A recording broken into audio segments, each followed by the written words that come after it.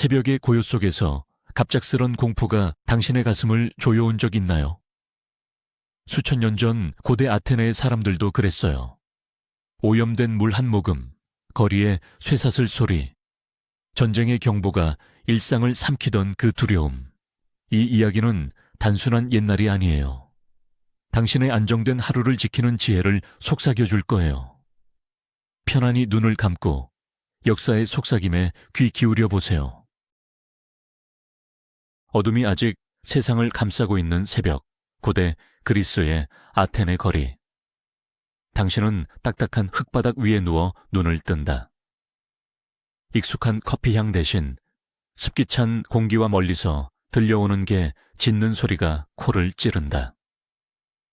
따뜻한 침대는 꿈속 이야기일 뿐. 차가운 돌벽에 기대어 몸을 일으키려는 순간 문 밖에서 쇠사슬 소리가 울려 퍼진다. 노예 사냥꾼들이다. 그들의 발소리가 점점 가까워지며 당신의 하루는 이미 시작됐다. 고요한 새벽이 생사의 경계로 변하는 그 순간, 이곳은 기원전 5세기 아테네. 페리클레스 시대의 번영한 도시. 그러나 당신의 현대적 아침 루틴은 여기서 치명적이다. 커피 한 잔 없이 어떻게 하루를 버틸 수 있겠는가?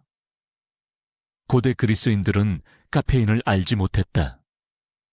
대신 그들은 포도주를 희석해 마셨다. 물은 위험했다. 도시의 우물과 샘은 오염과 독극물의 온상이었다. 역사학자 투키디데스는 펠로폰네소스 전쟁 중 아테네에서 페스트가 창궐한 이야기를 전한다. 오염된 물이 수만 명의 목숨을 앗아갔다.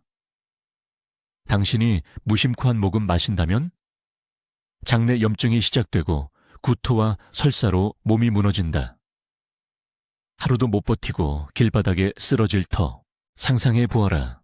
새벽 안개가 자욱한 거리를 걸으며 첫 번째 위험이 다가온다. 하인과 노예들이 주인을 깨우는 소리. 자유민인 당신조차 안전하지 않다. 아테네의 법은 빚을 지거나 범죄를 저지른 자를 노예로 팔 수 있게 했다. 플루타르코스의 기록에 따르면 솔론의 법 개혁 후에도 채무 노예제가 남아 도시를 불안하게 했다. 갑자기 검은 망토를 입은 사내들이 당신을 덮친다. 거친 손이 팔을 붙잡고 쇠사슬이 목에 걸린다. 저항하면 칼날이 스치고 피가 흙바닥을 적신다. 비명조차 제대로 지르기 전에 항구로 끌려간다. 오늘 아침 당신은 상품이 된다. 이제 거리로 나서보자. 태양이 솟아오르며 거리를 밝히지만 공기는 썩은 냄새로 가득하다. 하수도가 없던 아테네. 거리는 오물과 배설물로 뒤덮여 있다. 헤로도토스는 페르시아 전쟁 후 도시의 위생 상태를 묘사하며 전염병이 상습적이었다고 적었다. 당신의 발이 오물 더미를 밟는다. 맨발이거나 가죽 샌들을 신은 채. 상처가 나면 감염이 순식간에 퍼진다. 테타누스나 폐혈증, 그리스인조차 두려워한 신들의 저주. 아침 산책 한 번이 죽음의 초대장이다. 줌아웃 해보자.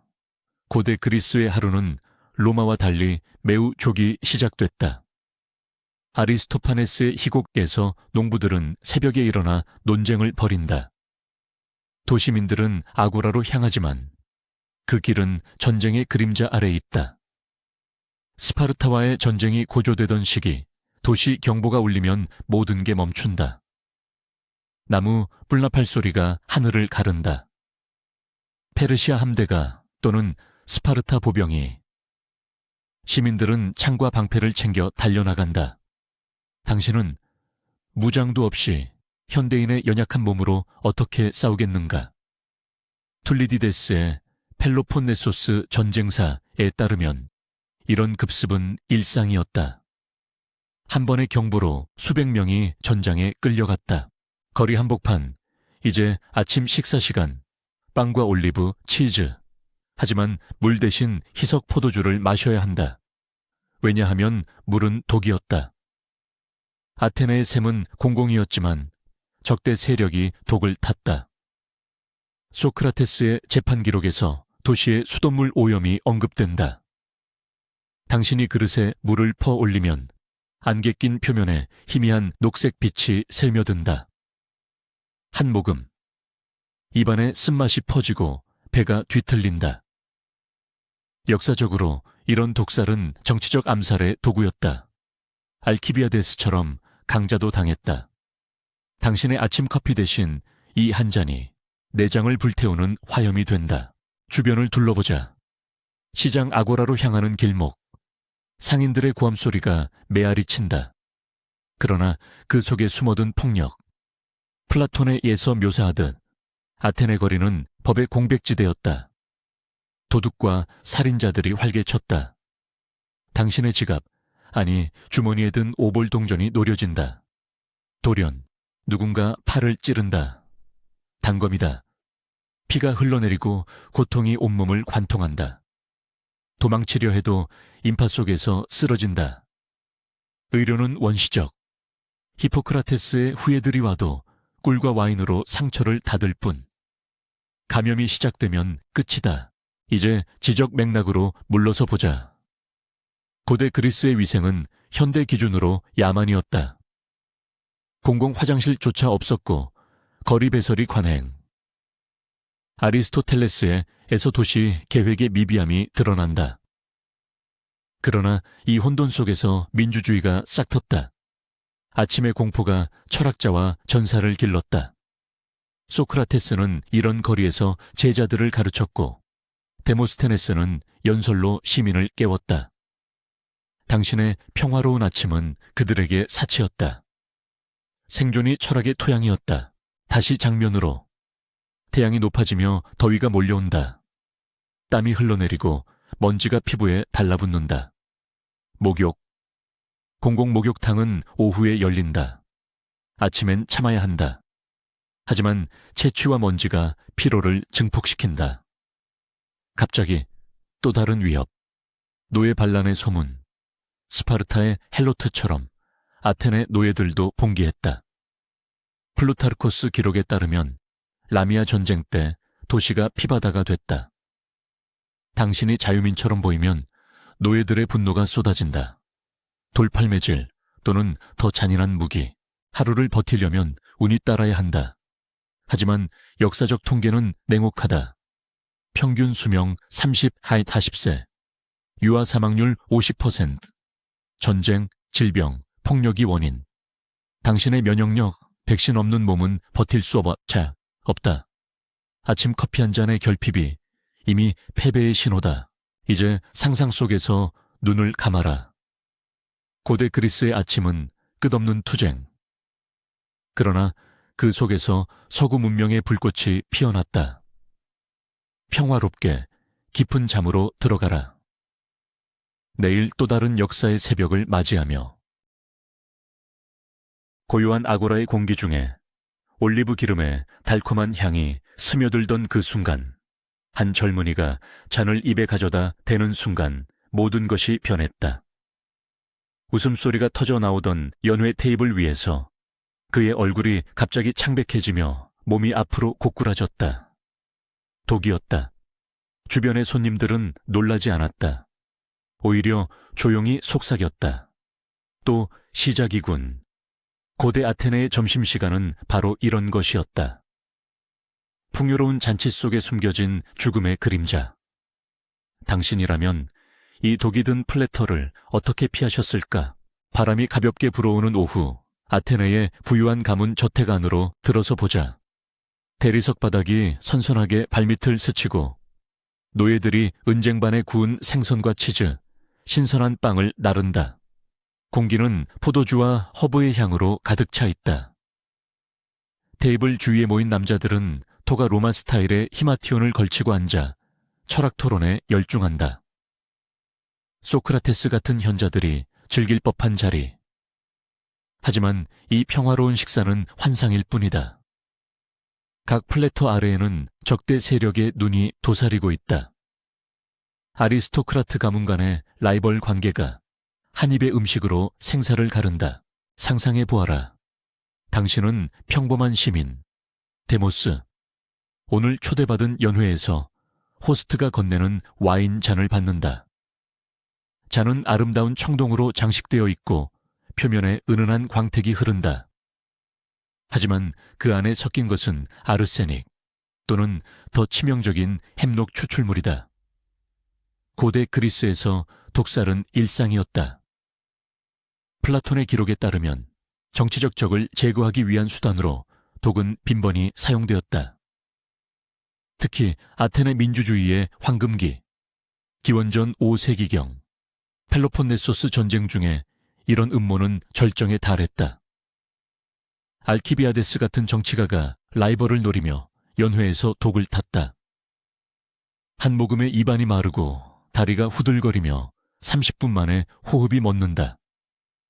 현대의 당신이라면 해독제도 없이 그저 미소를 지으며 마실 텐데 이제 테이블을 확대해보자. 음식 자체가 전쟁터다. 신선한 올리브와 치즈는 안전해 보이지만 노예 한 명이 은밀히 뿌린 독버섯 가루가 섞여 있을 수 있다. 헤로도토스에서 묘사된 바와 같이 페르시아 전쟁 후 아테네 귀족들은 스파이와 암살자를 통해 음식을 오염시켰다. 식사 예절은 생존의 기술이었다. 손님은 호스트의 눈을 똑바로 보며 이 음식은 신들의 축복인가? 라고 물으며 시험했다. 잘못된 대답 하나에 즉석에서 독이 확인된다. 당신의 현대식 매너, 포크와 나이프로 쿡쿡 찌르며 먹는 버릇은 여기선 치명적이다. 손으로 직접 집어먹어야 하고 호스트가 먼저 맛보는 심포시온, 규칙을 어기면 의심받는다. 하지만 식사는 여기서 끝나지 않는다. 플래터가 비워지면 진짜 싸움이 시작된다. 아고라나 저택 마당으로 장소가 옮겨가고 남자들이 맨손으로 덤벼든다. 핏파이트라 불리는 이 즉석 싸움은 남은 음식 찌꺼기를 놓고 벌어지는 야만의 축제. 크세노폰의 기록에 따르면 스파르타식 훈련이 아테네에도 스며들어 식후에 젊은이들이 주먹과 발차기로 경쟁했다. 피가 바닥에 튀고 뼈 부서지는 소리가 메아리 친다. 바람에 실려오는 먼지 냄새, 땀과 피의 비린내가 코를 찌른다. 승자는 영광의 몫을 얻지만 패자는 쓰레기 더미에 버려진다. 당신이라면 체육관에서 러닝머신 위 운동으로는 버틸 수 없다. 고대 그리스인은 매일 이런 싸움으로 단련되었다.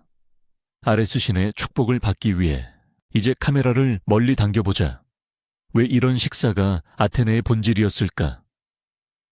고대 그리스 사회는 민주주의의 겉모습 아래 극도의 경쟁과 불신으로 가득 차 있었다.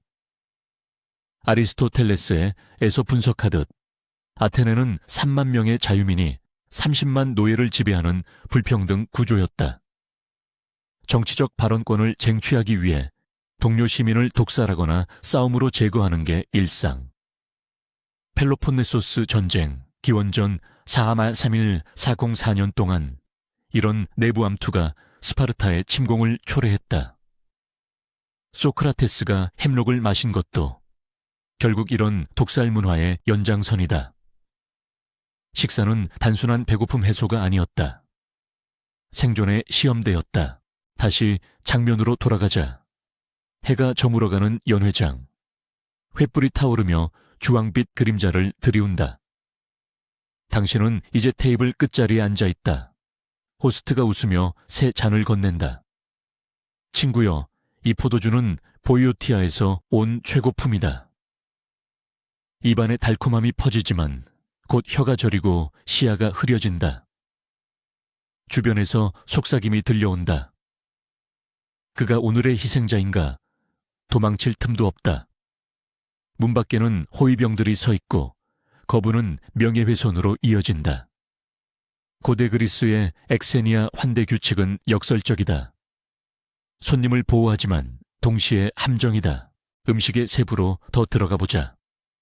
그리스 메뉴는 현대인에게도 익숙하다.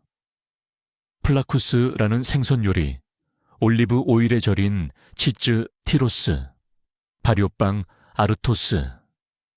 하지만 각 재료가 독극물의 매개체였다. 터프라스토스의 에 따르면 햄로코니움은 쉽게 구해졌고 무색무취로 와인에 섞였다. 알키비아데스가 시칠리아 원정에서 동료 장군을 독살한 사건처럼 한 끼 식사가 전쟁의 운명을 바꿨다. 당신의 위장은 이런 독에 익숙지 않다. 현대 항생제나 의료도 없으니 첫 증상인 구토와 경련에 그대로 무너진다. 이제 핏파이트의 열기로 넘어가자. 테이블이 치워지자 젊은 남자들이 일어선다. 근육이 꿈틀거리는 소리가 들리고 먼지가 피어오른다. 오늘 누가 왕인가? 누군가 소리친다. 주먹이 날아들고 상대의 코피가 분수처럼 솟는다. 아리스토파네스의 희극에서 풍자된 바와 같이 이런 싸움은 스파르타의 영향. 하지만 아테네에선 정치적 우위를 과시하는 수단이었다. 패배자는 훈미트라는 오만의 죄를 뒤집어쓰고 쫓겨난다. 당신의 손, 스마트폰으로 탭하는 손가락으로는 이런 타격을 견디지 못한다. 고대인들은 유년부터 팔레스트라에서 훈련받았다. 역사적 맥락을 더 깊이 파보자. 기원전 5세기 아테네는 페리클레스 시대의 전성기였다. 파르테논 신전이 세워지던 때, 그러나 내부는 분열되었다. 투키디데스의 펠로폰네소스 전쟁사에 따르면 민주주의는 표면적, 귀족 가문 간 암투가 끊이지 않았고 식탁이 전장이 되었다. 독살은 파르마콘 약학의 어두운 면으로 히포크라테스조차 경고했다. 이 문화는 로마로 전파되어 네로 황제의 연회 독살까지 이어졌다. 지중해의 따뜻한 바람 속에 숨겨진 냉혹함, 장면이 다시 펼쳐진다. 당신은 이제 싸움의 한가운데 상대의 주먹이 턱을 스치고 지나간다. 입안에 피맛이 퍼지고 다리가 떨린다. 관중들의 함성이 귀를 울린다. 파이테! 싸워라! 하지만 당신의 몸은 현대 생활에 길들여졌다. 하루 세끼 규칙적 식사, 에어컨 바람. 고대 그리스에 거친 햇살과 매일의 싸움은 견디기 힘들다. 연호회가 끝날 무렵 살아남은 자들은 포도주를 마시며 노래한다. 리라 소리가 부드럽게 울리고 밤하늘이 별로 빛난다. 그러나 내일 또 다른 플래터가 기다린다. 이 모든 것이 보여주는 바는 명확하다. 고대 아테네의 식사는 생존의 예술이었다. 지적 대화와 야만의 조화. 플라톤의 부에서 묘사된 심포시오는 이상화된 버전일 뿐, 현실은 독과 피의 향연. 현대인에게 이는 공포의 세계. 위생, 법치, 의료가 없던 시대. 한 끼에 목숨을 걸던 그들처럼 당신도 버틸 수 있었을까? 바람이 잦아들고 횃불이 꺼져간다. 연회장의 그림자가 길어진다.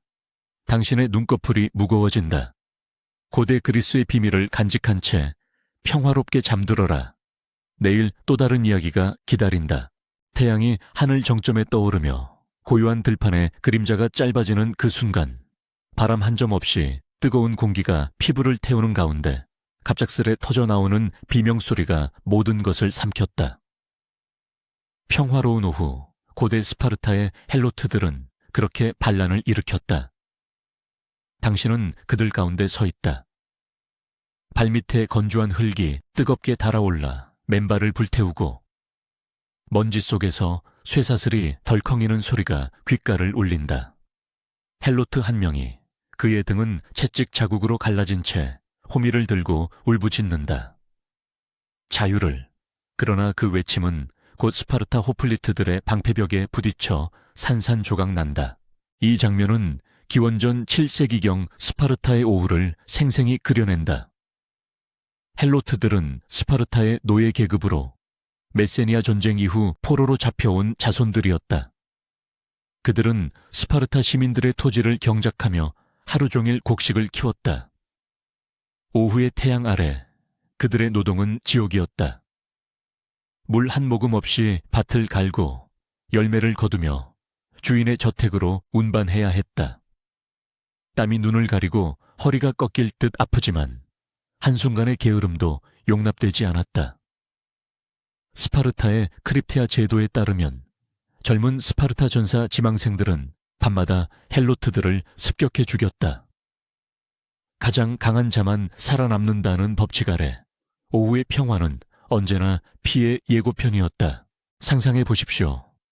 당신이 헬로트가 되어 오후 2시경 메세니아 평야에 서 있다. 공기는 후덥지근하고 지평선 너머로 타르타로스 산맥이 희뿌옇게 보인다. 동료들의 신음소리가 섞인 채 당신은 밀밭을 베어야 한다. 멀리서 스파르타의 호플리트들이 행진해온다. 그들의 청동방패가 태양빛을 반사하며 눈을 멀게 하고 창끝이 번뜩인다. 갑자기 반란이 터진다. 기원전 464년 지진 후 대규모 헬로트 반란이 일어났을 때처럼. 당신은 도망치려 하지만 발이 땅에 붙은 듯 움직이지 않는다.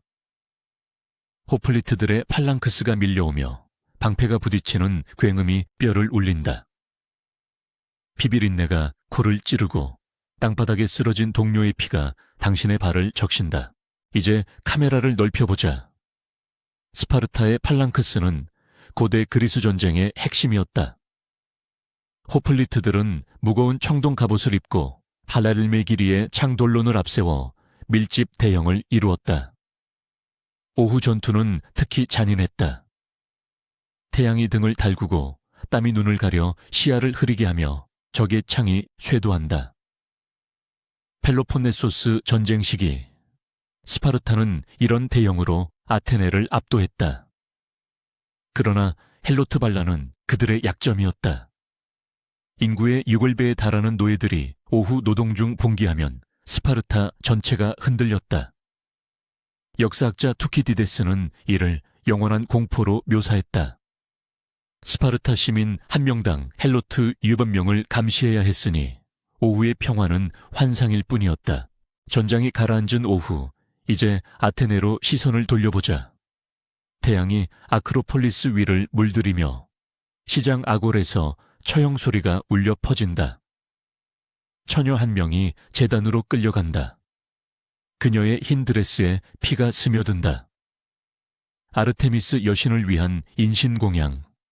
기원전 480년 살라미스 전투 직전의 관습이었다. 공기는 인챈세 연기로 무겁고 군중의 속삭임이 바람에 실려온다.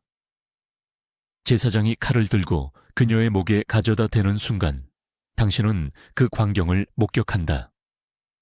피가 제단을 적시며 여신의 분노를 달래는 희생이 완성된다.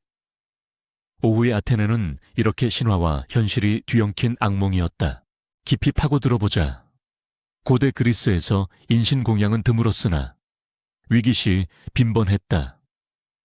헤로도토스의 기록에 따르면 아테네는 페르시아 침공을 막기 위해 처녀들을 바다에 던지거나 제단에 바쳤다. 스파르테서도 아르테미스 오르티아 신전에서 소년 소녀를 매달아 희생했다. 오후는 제사 최적의 시간이었다. 태양이 가장 강렬할 때 신들의 시선이 집중된다고 믿었기 때문이다. 플루타르코스는 피의 강물이 신을 기쁘게 한다고 썼다. 그러나 이는 야만의 상징이기도 했다. 당신이라면 게으른 오후에 처형대를 오르며 신을 위해 목숨을 바칠 수 있겠는가? 다시 스파르타로 돌아와 오후의 크라크다운을 목격하자. 헬로트 반란 진압 후 스파르타 장로들은 반란자들을 포획한다. 광장에서 쇠사슬에 묶인 그들은 태양 아래 고문을 당한다. 채찍이 허공을 가르고 살점이 떨어지는 소리가 들린다. 멀리서 호플리트들이 훈련 중이다. 그들의 외침이 메아리친다. 엔 모테데 앞에고 죽음까지 가지 마라. 그러나 아이러니하게도 그들은 매일 죽음을 훈련한다. 당신은 그 광경 속에 서 있다. 땀에 젖은 공기, 피냄새, 그리고 끝없는 고함. 한 걸음만 늦으면 당신이 다음 희생자가 된다. 역사적 맥락에서 보자. 스파르타 사회는 엄격한 계급제였다. 시민 스파르티아테스은 전사만 양성됐고 노동은 헬로트에게 맡겼다. 기원전 371년 르크트라 전투에서 테베에 패한 후 헬로트 해방이 시작됐으나 오후의 공포는 수백 년 지속됐다. 아테네의 민주주의와 대비되며 그리스 문명의 양면성을 보여준다. 호메로스의 일리아드에서 묘사된 전쟁처럼 오후 전투는 영웅들의 무덤을 만들었다. 지구력 없는 현대인에게 이 무자비한 오후는 상상조차 고통이다. 이제 상상 속에서 벗어나 평화로운 밤으로 흘러가자. 그러나 그 오후의 메아리는 여전히 울린다. 헬로트의 비명, 호플리트의 행진, 처녀의 마지막 숨소리. 고대 그리스 오후는 생존의 시험장이었다. 당신은 버텨냈을까? 태양이 지평선으로 기울며 그림자가 길어지기 시작한다. 눈꺼풀이 무거워지고 역사 속 평화가 당신을 감싼다. 깊은 숨을 쉬며 잠에 들어라. 내일 또 다른 장이 기다린다. 해가 지는 순간 그리스의 거리는 환한 축제 소음으로 가득 차 있지만 어둠이 드리우면 그 소리는 속삭임처럼 변한다. 낮에 태양 아래 안전했던 항구가 이제 칼날 같은 그림자를 품고 기다린다. 당신은 이 순간 고대 아테네의 포키온 거리에 서 있다. 발밑의 돌바닥은 아직 따뜻하지만 공기는 차갑게 식어가고 멀리서 들려오는 웃음소리가 갑자기 날카로운 비명으로 뒤바뀐다. 이 역설적인 밤, 생명의 잔치가 죽음의 함정으로 변하는 바로 그 시간. 상상해 보아라. 당신은 피곤한 하루를 마치고 작은 선술집 문턱을 넘는다.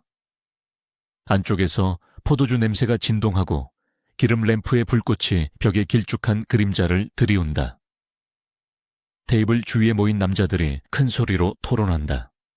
소크라테스 시대의 시민들처럼 그들은 철학과 술을 섞어 마시지만 당신의 눈에는 그들의 손에 쥔 단검이 스멀스멀 보인다.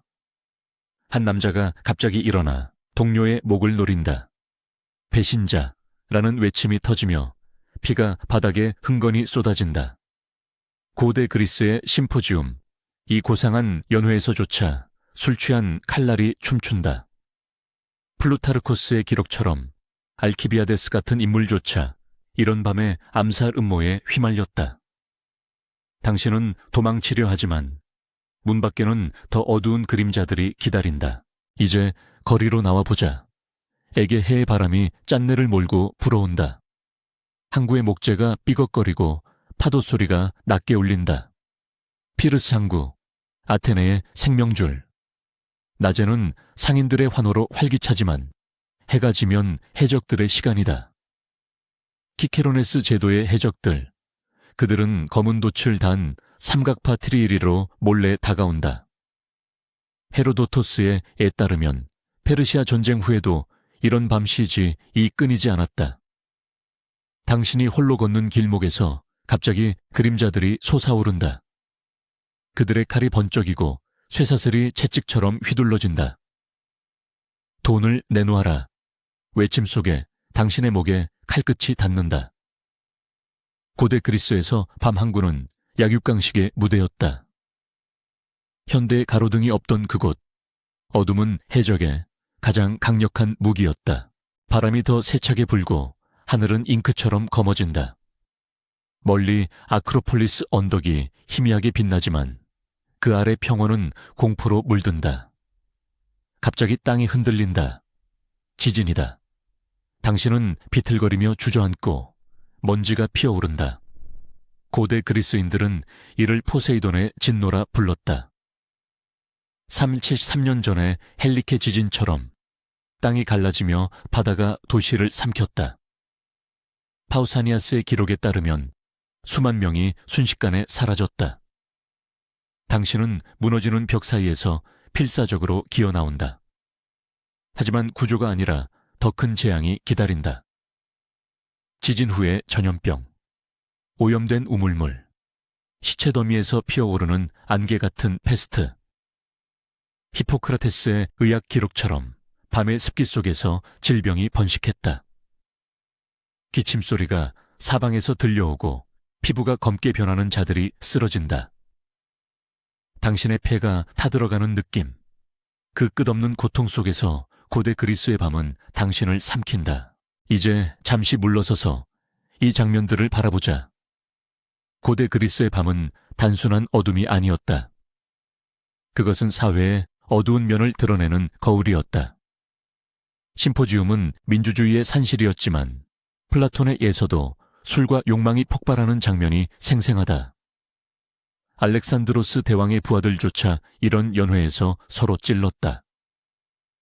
역사적으로 아테네의 황금기 기원전 5세기에도 밤의 범죄율은 낮보다 3배 높았다. 투키디데스의 펠로폰네소스 전쟁 기록에서 야간 습격이 전쟁의 일부였다. 해적 문제는 더 심각했다. 아테네 해군이 지중해를 장악했음에도 밤의 에게해는 법의 사각지대였다. 스트라보의 지리서에 따르면 사모스 섬 주변에서만 매년 수백 척의 배가 사라졌다. 지진과 전염병은 신들의 저주처럼 여겨졌지만 과학적으로는 지각 활동과 위생 부족의 결과였다. 델포스 신탁조차 지진을 예언했으나 대처는 미흡했다. 기원전 426년에 아테네 전염병은 인구의 4분의 1을 앗아갔고 밤의 습도가 병원균을 키웠다. 당신 같은 현대인이 그곳에 떨어진다면 깨끗한 물, 백신, 가로등 없이 어떻게 버티랴. 스마트폰으로 길을 찾을 수 없고 경찰은 없다. 오히려 심포시아의 철학 토론이 칼싸움으로 끝날 수 있다. 다시 장면으로 돌아가자. 당신은 이제 교회의 올리브 숲에 숨어든다. 잎사귀가 바람에 속삭이고 땅 속에서 개구리 울음이 들려온다. 하지만 이 평화는 가짜다. 야생 동물의 시간, 리카온 신화처럼 늑대와 멧돼지가 어둠을 누빈다. 헤시오도스의 시에서 묘사된 야수들, 그들은 배고픈 눈으로 당신을 노린다. 한 마리가 달려들고 이빨이 살을 파고든다. 고대 그리스 농민들은 밤에 집 안으로 피신했지만 당신은 길 잃은 나그네. 아리스토파네스의 희곡에서도 이런 공포가 코미디로 그려졌다. 숲 너머 불꽃이 보인다. 플라톤의 아카데미아 근처 파티, 부유한 시민들의 비밀 모임. 음악과 춤이 흐르지만 그 안에는 독이 스며든다. 디오니소스 축제의 광기, 의호이의 외침 속에 사람들이 서로 물어뜯는다. 당신이 끼어들면 질투와 술이 칼을 부른다. 실제로 데모스테네스의 연설록에 밤의 야생 파티 살인 사건이 수십 건 기록됐다. 공기가 무겁고 땀 냄새가 진동한다. 누군가 당신의 등에 칼을 꽂는다. 고통이 퍼지며 세상이 검게 물든다. 이 모든 것이 왜 당신을 무너뜨리는가? 줌아웃 해보자. 고대 그리스는 문명의 요람이었으나 밤은 취약점의 집합체였다. 법은 낮에만 통했고 야간 순찰은 거의 없었다. 아리스토텔레스의 에서조차 도시국가의 밤 보안이 약점으로 지적됐다. 페스트는 항구 무역의 대가, 지진은 헬라스 반도의 운명이었다. 알키비아데스의 망명처럼 야심가들은 밤을 이용해 권력을 노렸다. 현대의 당신은 편안한 침대와 전기 불빛에 익숙하다. 하지만 그곳에서 한밤을 버티려면 전사의 본능과 신들의 은총이 필요하다. 어둠이 깊어진다. 당신의 눈꺼풀이 무거워진다. 그리스의 밤은 이제 당신의 꿈속으로 스며든다. 포도주 잔의 잔향, 파도 소리, 땅의 떨림. 이 이야기는 끝나지만 그 공포는 부드럽게 당신을 잠으로 이끈다. 고요한 역사 속에서 평화롭게 눈을 감아라.